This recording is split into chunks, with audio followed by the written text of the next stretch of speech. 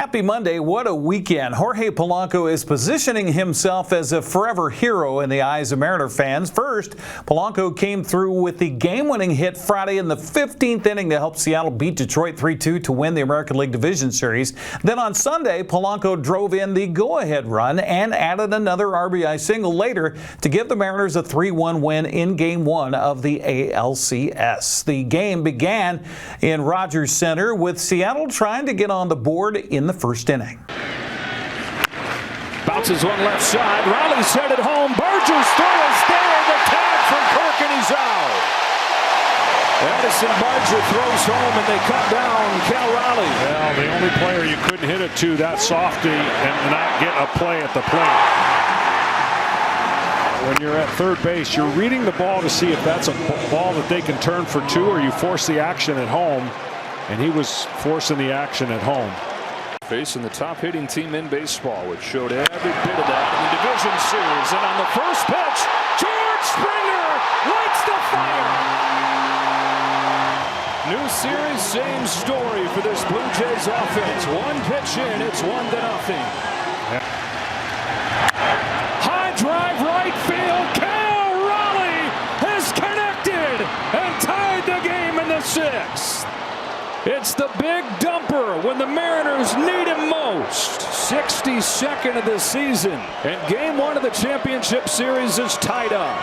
And his swing is so grooved on pitches in the zone. This is not the worst pitch in the world, at least seeing it live, but man, he is locked in. One bad pitch, and the game is tied. Go ahead, run at second, 2 gone in the 6th. Polanco rips one to left field, base hit. Rodriguez heads home, and the Mariners have taken the lead. Jorge Polanco, as he did on Friday night, gives Seattle the lead 2-1 here in Game 1. Again, there's the adrenaline in the 6th inning. They're running on adrenaline. The game has been close. That'll carry them through. They rested all day yesterday with 2 outs, nobody on. They've now scored 2 runs. Spires 0-1. Santander to left field. On comes Arozarena to pick it off. Well, he may not be playoff Randy at the plate yet, but making an impact with a glove right here to finish off a 1-2-3 7th inning. Bouncing back, Gabe Spire. First and third, 1 gone and a 1-run game. Polanco chops it right side and through, and Jorge Polanco has delivered again. 3-1 Seattle, and Polanco has driven in the last 2. Infield in, and the first baseman holding the bag. It more than likely was going to be a hit either way. But he pulls it in that hole, and a much easier opportunity to get a hit when the defense is in as far as they were. The 0-2 from Munoz. Popped up. The Seattle Mariners retired 23 of the last 24, and in 100 pitches, shut down the Blue Jays in Game 1. 3-1 Seattle in their first championship series game in 24 years. Pitching the story. Polanco says Seattle used Saturday as a day of rest to get prepared for the challenge on Sunday. How were you guys able to do this as tired as you were? Well, we got some rest yesterday. We got some rest. I mean, it's just keeping the mind ready, keeping the mind ready. I know we play a long game, but we got some rest yesterday.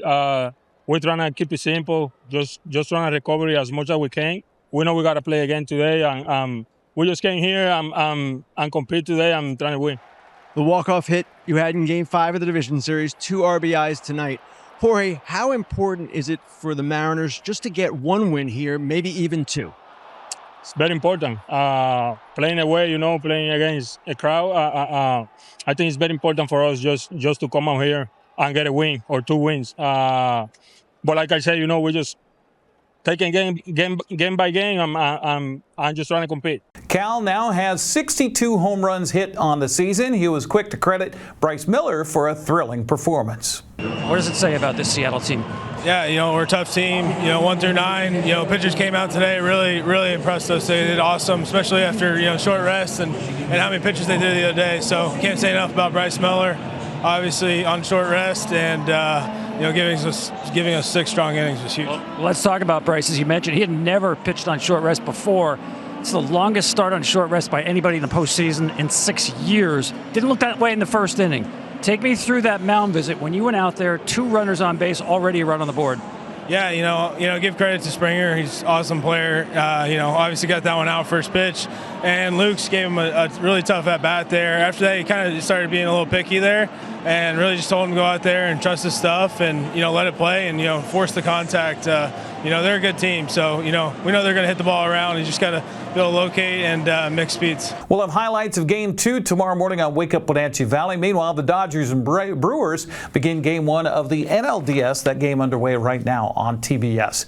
Desmond Williams Jr. had a career high in passing and rushing to lead Washington over Rutgers Friday night, 38-19. Williams combined for 538 yards, 2 touchdowns passing, 2 more on the ground. He led the Huskies in the win. Washington State led for most of 3 quarters at number 4 Ole Miss Saturday morning before the Rebels scored 2 touchdowns late for a 24-21 victory. 13th rated Central Washington beat 6th ranked University of Texas Permian Basin Saturday. It was a final of 24-14. Central rushed for 238 yards while holding the Falcons to just 50. Well, the Seahawks defense sacked Trevor Lawrence 7 times Sunday in Seattle's 20-12 win in Jacksonville. Jackson Smith and Jigba had a career high 162 yards receiving as he and Cooper Kupp found the end zone. Coach Mike McDonald says the Seahawks just beat a very good team. All right, it was a great win. Jacksonville's a really good team. They've been playing really well. You go back to process all the time, and I think we nailed our process this week, and I think the challenge is going to keep rolling, but focus on our style of ball and staying composed, staying together, picking each other up, play-by-play, all that type of stuff. I know it sounds cliche, but don't really care because that's how we roll. Seattle improved to 4-2 with a win and will host Houston on Monday Night Football next week. Other NFC West action, the Rams beat the Ravens in Baltimore 17-3. Colts came from behind to beat Arizona 31-27. Tampa Bay throttled San Francisco 30-19. There's a 3-way tie atop the standings with the Niners, Seahawks, and Rams all at 4-2. Well, the Seattle Kraken are off to a 2-0 start in the NHL season. Matty Beniers and Jared McCann scored in Seattle's 2-1 win over the visiting Vegas Golden Knights Saturday. Joey Decord stopped, he was tall in the net, stopping 26 of 27 shots on goal. Seattle travels to Montreal Wednesday at 4 o'clock on Kong TV. After being shut out Friday, the Wenatchee Wild finally earned their first Western Hockey League win Sunday. Spokane shut out the Wild on the Chiefs' home ice Friday 4-0. Seattle came calling Sunday at the Town Toyota Center. Wenatchee exploded for 7 goals and a 7-3 victory. Sam Elliott scored the first of his 2 goals, 9:58 into the first period. Dawson Seitz and Lucas Sherbina added to the lead to make it 3-1 at the end of 1 period. Wenatchee travels to Vancouver Friday and Seattle on Saturday. Isaac Zavala took the opening kickoff back for a 90-yard touchdown return to lead Cashmere over Zilla Friday night, 35-6 in a homecoming win. Rylan Hatmaker threw for a score and rushed for another as the Bulldogs improved to 5-1 on the season. I was alongside Grant Olson with a call here on the NCWLIFE channel. Has it teed up, and watch for the return men for the Cashmere Bulldogs.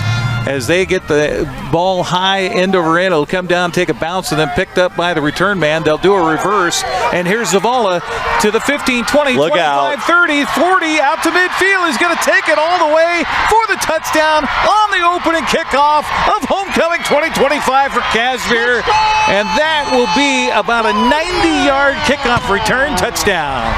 Trying to extend the lead here to 11 points. The kick down and away, and it's got the distance, and it splits the uprights. It's good. Zavala goes in motion. They fake the handoff to him. Hatmaker wants to go for it all. Here's that chance at the 45-yarder. The ball is caught. No, intercepted. Or what are they going to say? Intercepted by the Zilla Leopards. So here comes Reina to try his second field goal of the night. By the way, this would be the only offense for Cashmere here tonight. Another line drive kick, and this one is good. To a trip set to the right for Donahoe. Back to pass goes the sophomore. Rolls right, has pressure, throws, and the ball is caught. And then, hit down hard after a short gain on the play is Bass. Donahoe going for it on 4th down and 8. Has pressure right up the middle. Throws, looking for a prayer, and the ball is incomplete. over on downs, and Kashmir defense holds. 4th down coming up for Zilla. Back to pass goes Donahoe. Looks over the middle, throws to the flat. The ball is caught. Going to be close to a 1st down. I think he got it. So 4th and goal coming up from the 6. Donahoe looks right, throws over the middle. The ball is caught and into the end zone. Touchdown, Zilla. Omak leading Liberty Bell 54-18. Cascade on top of Brewster, a low-scoring affair, 7-0. Here's a handoff up the middle, and here goes, actually not a handoff. Hatmaker keeps it, stiff arms a man, takes it into the end zone. Did he step out of bounds? Sophomore claps his hands, gets the snap, looks left. Now wants to chuck it down deep, has a receiver, and the ball is intercepted by Kashmir on the return for the Bulldogs. Bessonette, and he's going to take it all the way down to about the 10-yard line. In Wenatchee to take on the Panthers, and then next Friday it's Moses Lake and Eastmont football. Here we go, Kashmir going for it on 4th down. It is Zavala, and he will take it into the end zone. Touchdown, Kashmir. 2nd down coming up and under 3 to go. Throw out the flat to Zavala. Gets past 1 man, gets past 2 man. Look out, he's up the sideline, loose, and going to take it for the touchdown for Kashmir. And so that will be it. Kashmir will celebrate a homecoming win here tonight by a final of 35-6. Other action, Connell beat up Kiona Benton 69-7, while Luke topped College Place Saturday 21-14. Wenatchee celebrated playing in the Apple Bowl for the first time this season with a 51-33 win over West Valley Friday.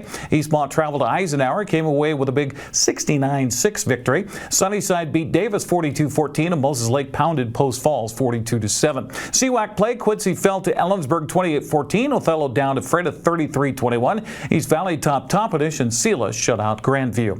All 3 Caribou Trail League teams picked up non-league wins on Friday. Cascade edged Brewster. Omak belted Liberty Bell. Chelan had no trouble with Manson, winning 54-6. B-League play, Moses Lake Christian down Orville 48-22. Bridgeport beat Pateras 48-0. Lake Roosevelt rolled over Jenkins Chihuahua 62-12. Antioch stopped Soap Lake 52-14. Waterville Mansfield fell at home Saturday to visiting LaConner 54-30. Well, recapping the weekend in prep sports on Saturday, first of all in girls soccer, Wenatchee blanked Davis 8-0. Eisenhower edged Eastmont 1-0. Moses Lake topped Sunnyside 2-1. East Valley edged Ephrata. Quincy shut out Othello. Chelan beat Manson, and Tonasket tumbled Orville 8-0. Prep volleyball Saturday, Kashmir swept Wapato. Tonasket took down Liberty Bell 3-2. Brewster beat Waterville Mansfield 2-1. Just a note, we've got volleyball tomorrow night at Wenatchee High School, again on Thursday, and then the big battle for first in the Big Nine coming up on Friday at Eastmont when the Wildcats host Moses Lake. And that's a look at sports news. I'm Eric Granstrom. Have a happy Monday.